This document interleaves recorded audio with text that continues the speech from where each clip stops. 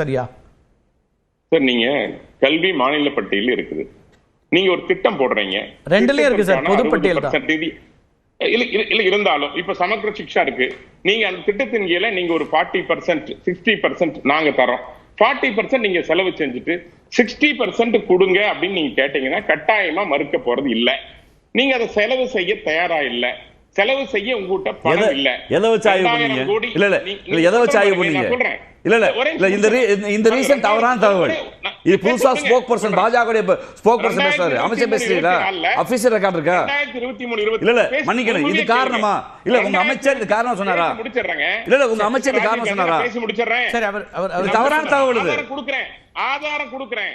இல்ல உங்க அமைச்சர் கொடுக்கல, உங்க அமைச்சரவே கொடுக்கல, உங்க பிரதமர் கொடுக்கல. 120 கோடி எப்ப என்ன நாகரிகம்? நான் பதில் சொல்றேன்னு சொல்றேன்ல, தவறான தகவல். உங்க அமைச்சர் இல்ல கூட நம்ம ஒரு முதல் சுற்று முடிக்கிட்டோம், அப்புறம் நீங்க பேசலாம். 1871 கோடி விடுவித்தது 2023-24. அதுக்கப்புறம் இவங்க இந்த திட்டத்தை PM ஸ்ரீநிதியை ஏற்றுக்கொள்ள மறுத்த காரணத்தால் நிதி ஒதுக்கப்படவில்லை.